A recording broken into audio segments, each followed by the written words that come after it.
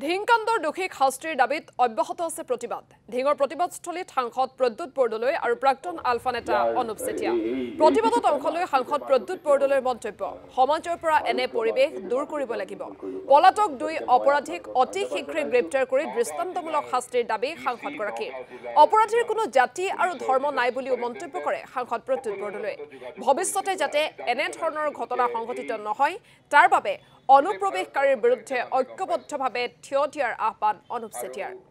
ভাৰতবৰ্ষতে কিয় নাজানো হঠাতে যেন এনেকুৱা ধৰণৰ পাশবিক বিশ্বাসেই কৰিব পৰা নাই যে ইয়াত ধিঙৰ দৰে অঞ্চলত মই যেতিয়া ইয়াৰ প্ৰতিবাদস্থলীত আহি পেলাই ইয়াত যিসকল যুৱতীসকল, যিসকল নাৰী, যিসকল মহিলা আছে তেওঁলোকে মোক কৈছে যে তেওঁলোকে কিবা এটা কাৰণে ইয়াত নিজকে বৰ অসুৰক্ষিত অনুভৱ কৰে। সেইটো আমাৰ সকলোৰে বাবে কলংক। এনেকুৱা ধৰণৰ অসুৰক্ষিত পৰিৱেশ আমি দূৰ কৰিব লাগিব।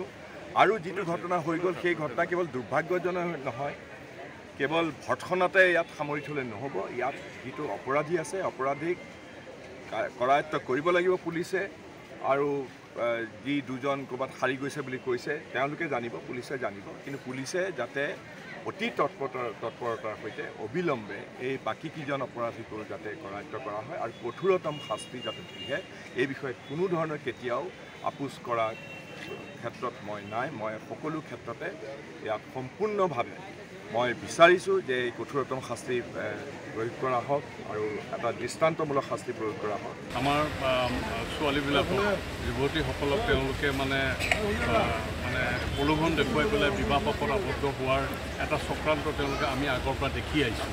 গতিকে এই চক্ৰান্ত যাতে সফল হ'ব নোৱাৰে তাৰ কাৰণে আমি বিশেষকৈ উজনি অসমৰ যিসকল যুৱক আছে বা যুৱতীসকলক বিশেষ প্ৰতি অনুৰোধ জনাইছোঁ যে তেওঁলোক যাতে কোনো অৱস্থাতেই তেওঁলোকৰ এই মায়াজালত, তেওঁলোকৰ চক্ৰান্তত ভৰি দি পেলাই বিবাহপাশত আবদ্ধ নহয়, তাৰ বাবে বিশেষকৈ আমাৰ যুৱতীসকলৰ